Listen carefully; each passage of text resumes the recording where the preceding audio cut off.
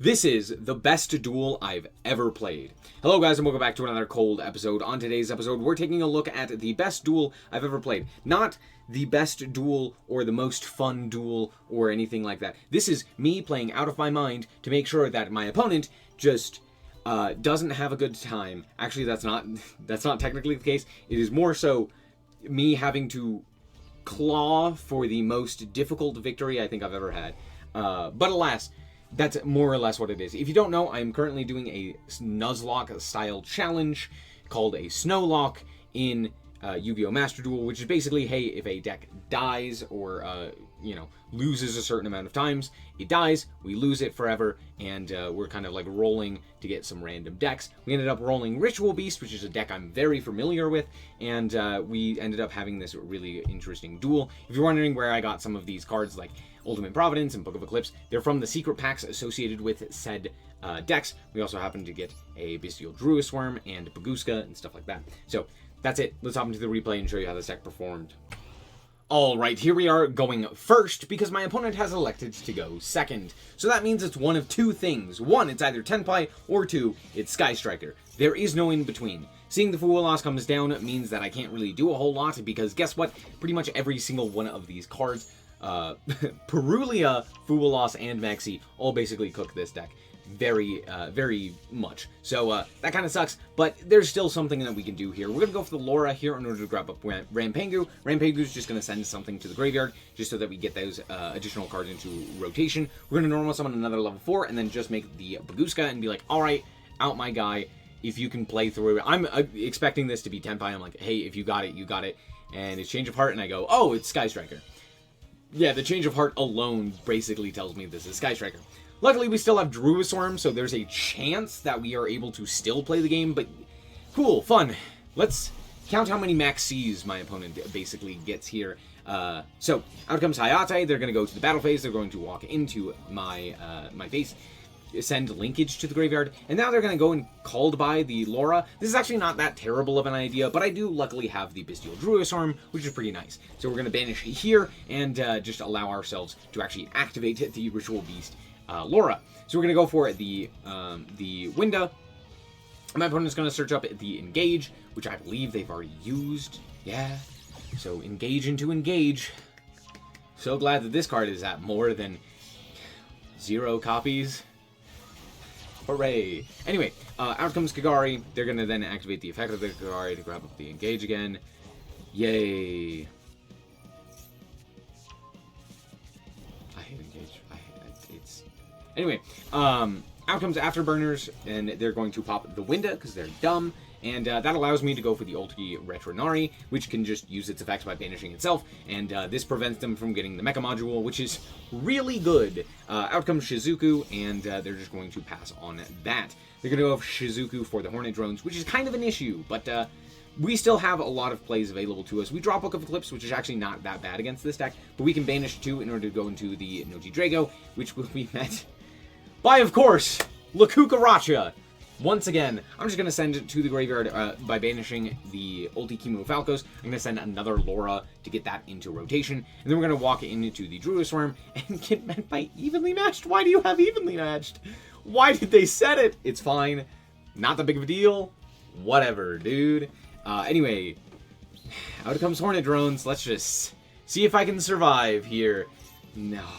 Whoa, they messed up.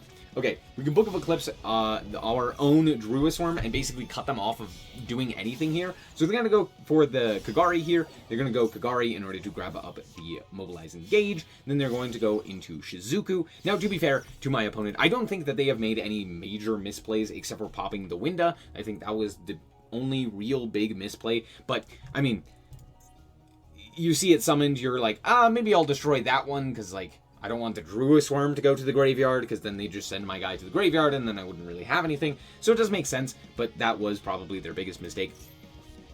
Other than that, I think they've played well. Also, why is it that this resolves this way, right? Change of Heart. So they're turn player, right?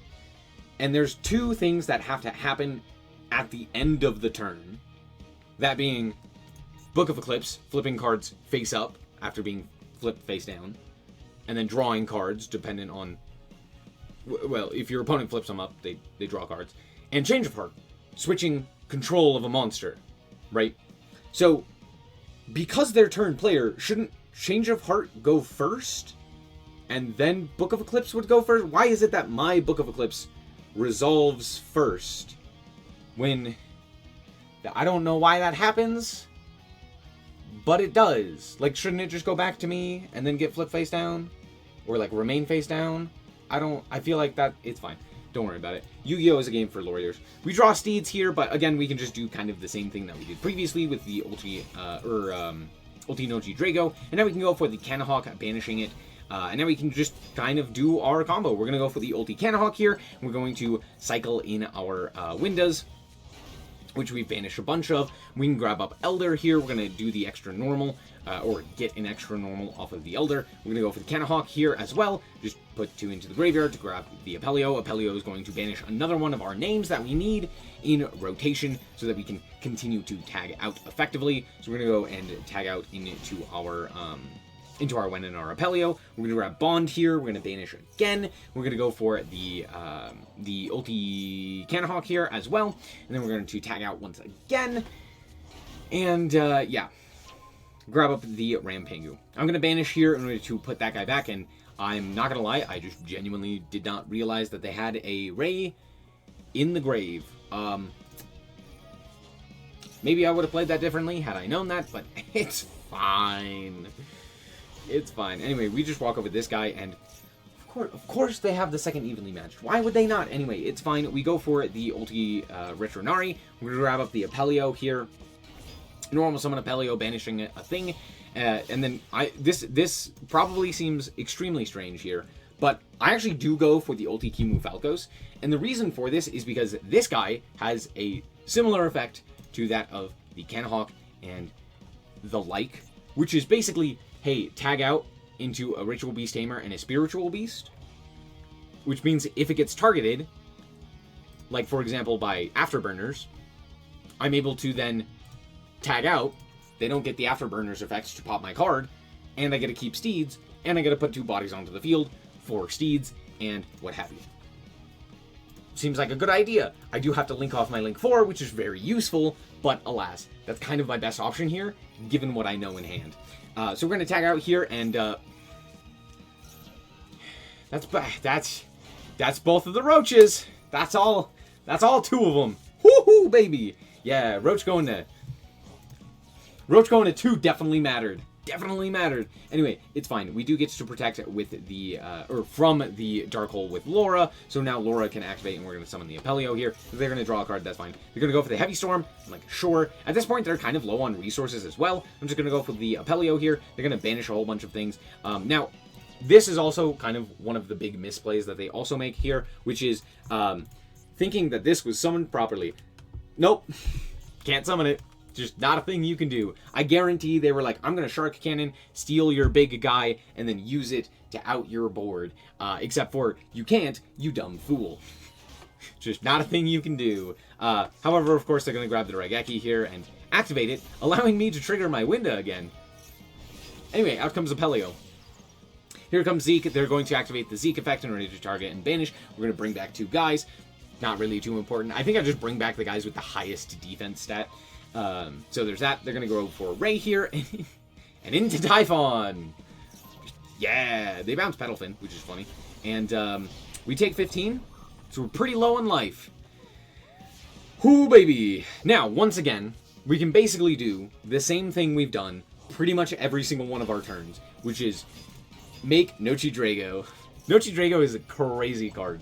We're going to tag it back out again, and then go once again into the Ulti Kanahawk. We're going to put back 2 cards, summon back 2 cards, and I goofed with my clicks, and oops, but it's fine. We're going to go for Steeds here. I'm actually kind of running low on time at this point, and the next 3 turns are all me, actually, until the end of the game, I am running extremely low on time. Like 30 seconds and below pretty much the entire time. So keep that in mind as you watch this. I am playing pretty much just as quick as possible. It's not perfect, but it's just about speed, which is why I kind of goof here, and I put this guy in defense, and it's fine. I allow them to keep the Typhon, because why not? What's he gonna do? Anyway, my opponent goes for, of course, the Harpy's Feather Duster. Why would they not? I'm gonna go for the Steeds here. Out comes Kaina. I do pop the what's this bucket? The Typhon. Probably shouldn't have done that. It's fine. They go Shizuku, and SpaghettiOs. I'll just bring back 2 Winda. They're going to go into the ulti Kanahawk, and once again, we get to put a bunch of guys onto the field, and yeah. I mean, not bad, but honestly, the Shizuku is kind of difficult to get over just due to the nature of how many spells they have engraved. Now, I do have a way of getting over it, but well, you know what? It's fine. We'll just figure it out. I go for the Daigusto Emerald, which Daigusto Emerald is actually in the same pack as Ritual Beast, which is why we are able to use it, because it's from that secret pack, which is kind of funny, but hey, there it is. I ended up shuffling back the ulti Retronari, both of them, and we draw into a pretty much useless card here. We're going to tag out here, once again, just doing the cycle here. We have still fairly enough cards, like we have 15 cards, but we grab Ambush here, which is pretty nice, and we're going to banish again in order to go into another ulti Kanahawk. We're going to put 2 cards back. We're going to then Reborn a bunch, and just kind of go from there. I grab Return here, specifically so that we have a spell for Providence, and they're going to go and tag out into Shizuku. Now, I forgot, because I was not really thinking, and it was a very stressful situation, just due to how low on time I was. But Ulti Apelio could just walk over this Shizuku. Like, I could have just walked over it. Because if you don't know, Ulti Apelio has this line of text where if this card attacks, it is unaffected by other card effects until the end of the damage step. So, by attacking, it doesn't care about Shizuku's attack modulation effect. So it could just right over. It's also very funny because Apelio, the actual, like, Ritual Beast or Spiritual Beast monster, boosts attack, and this guy just doesn't care. Very funny, anti-synergy, but there you go. So yeah, he's basically always 26 when he attacks. My opponent's going to go to the battle phase and walk over the Emerald. That is actually the correct choice. You just walk over the Emerald there. We're going to tag out here in order to go into the Petalfin as well. And yeah. We grab the, I believe, 3rd Apelio at this point. So we're going to go and use its effect, Banishing, in order to go for a Kanahawk into another Apelio, just so that we have the ability to continually boost my monsters. And this actually does make it so that also I could walk over with the ulti Nochi Drago, which is why I do this. But alas, they're stupid and activate the droplet, targeting my monster. That doesn't do anything, so we're just going to walk into my opponent's board. Out comes the Ray, and seeing that they don't tag out with Ray, we're going to ignore what's currently happening on the field. Seeing as how they don't tag out with Ray, I know they pretty much have nothing left. Because if they did, they would have, like, used Ray's effect. They have 4 cards left in their extra, so they can't just tag out into something there.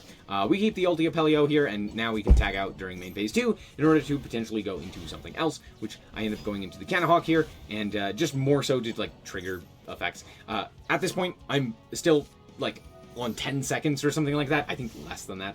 I think the lowest I got was like 5 seconds. Anyway, we grab Inheritance because it actually does something. My opponent draws for turn and concedes. Oh baby. Somehow we did it. Now, I would show you their deck list, except for the fact that I literally can't. But alas, wasn't that so fun? I love that my opponent was just able to generate like 30 cards of advantage thanks to Engage. Anyway, that's pretty much it. That's all I got. If you want to see me actually play these live, you can check out the snowlock. All of the streams are down below, and not down below. They're in the playlist. All of the VODs, you can go watch them. So yeah, that's it. Later. Stay frosty. All that stuff. Bye bye. Shout out to the Frost Guard, my members. Thank you guys so much for the support, and I hope you enjoy the content.